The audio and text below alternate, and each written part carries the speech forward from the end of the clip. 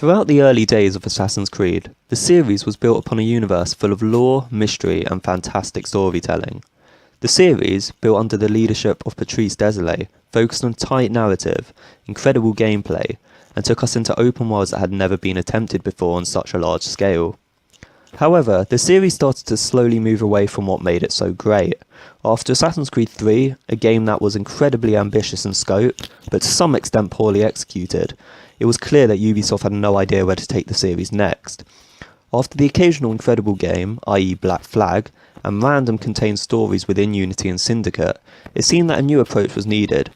Since Origins, a great game in its own right, AC has recently been changing into an RPG, a shift that was appreciated by casual and hardcore fans alike. However, the in-depth storytelling and tight narrative of the earlier Ezio trilogy, along with the overarching lore, has been swiftly moved aside for a more explorative and less linear approach to storytelling, which in my opinion is a real shame. This is where Ghosts of Tsushima comes in, a game that was announced last year but recently demoed at E3 2018. This game is everything Assassin's Creed should have evolved into. Ghosts of Tsushima, a game centered around the first Mongol invasion of the Japanese island Tsushima in 1274, looks to be capitalizing on that request for an open-world feudal Japan, a setting that fans have been requesting for Assassin's Creed since the early days of the franchise. The story is focused on Jin, one of the last surviving samurai, who has to adapt and fend off the incoming Mongol invasion. Not only does this setting look absolutely phenomenal in Ghosts of Tsushima, but everything has been crafted to add to the narrative that Sucker Punch are trying to create.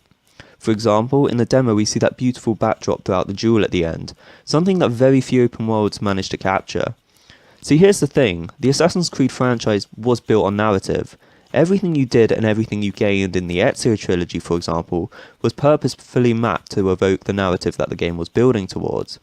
For example, in Assassin's Creed 2, you learnt social stealth from the courtesans, you learnt upgraded parkour from a thief you befriend, and you gained tools from codex pages. All of this was fused into the lore of a narrative. You didn't just start the game with the best parkour or the best gadgets, you had to earn them through participating in the story. Ghost of Tsushima is about a journey, one which will change with the narrative.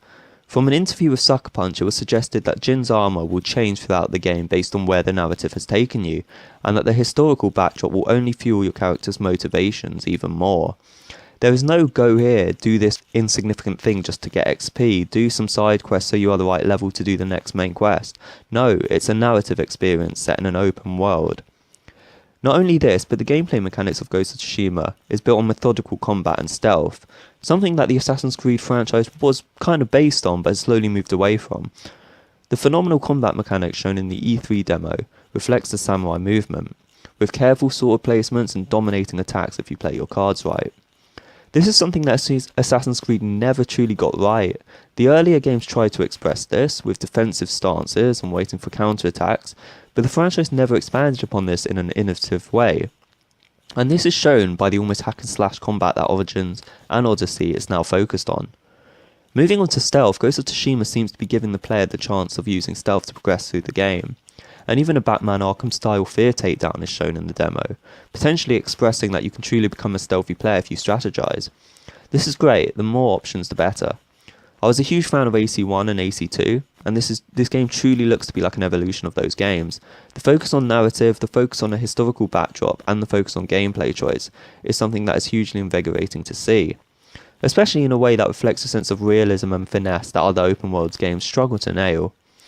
Ghost of Tsushima may very well not only just become the new Assassin's Creed, but a new standard for historical open world games to come.